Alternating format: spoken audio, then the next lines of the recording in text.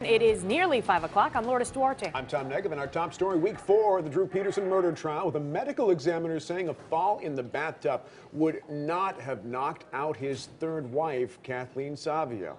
WGN's Marcella Raymond is live at the Will County Courthouse, and she is joining us now with more on today's proceedings. Marcella. Lourdes and Tom, compelling testimony from another doctor who says that someone killed Kathleen Savio. The jury is in and out of court again all day, and an Ohio man takes a road trip to Joliet. It is day 13 of the Drew Peterson murder trial. Forensic neuropathologist Dr. Mary Case is the second expert witness to say Kathleen Savio was murdered. She testified that the laceration on Savio's head could not have been caused by a fall in her bathtub, but by a blunt object with a concentrated edge.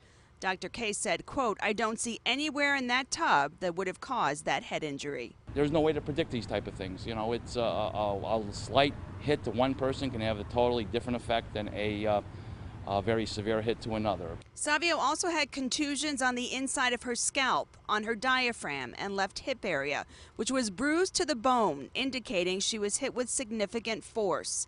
Savio also had 2 deep contusions on the upper part of her chest, from shoulder to shoulder beneath the clavicle, and another one on her left breast area. The abrasion on her left buttocks was fresh and from a rough surface touching the area, like a rug burn. Dr. Case said the injuries that Kathleen Savio sustained were in line with injuries she's seen in car and motorcycle accidents. Dr. Case is going to be an amazing witness. She is board certified in every pathology that is out there. And if we can just get through her up there and actually testifying, I think it's going to be a profound testimony for Kathleen in the state. There were objections galore again today, with the jury hearing only 45 minutes of testimony this morning. When we're up there cross-examining, the jury's never let out, because we don't ask improper questions. When we're up there cross-examining, the jury sits and they listen, and there may be an objection or two, but they're never taken out. The antics of Drew Peterson's self-proclaimed dream team are getting national attention. Cincinnati businessman Jeff Ruby drove 5.5 hours this morning to sit in the courtroom. He says he's so disgusted by the trial that he's taken out ads in the Tribune and Sun-Times on 3 different days, with the headlines, "Shameless," "Obstruction of Justice," "Joliet Justice." Oh, I'm just getting started.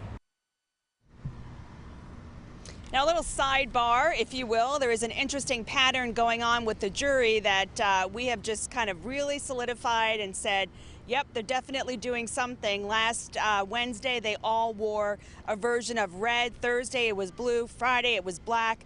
Today it was green, and we're told that it is for them to show solidarity within the jury, whether that means that, we're going to make a decision on this case one way or another.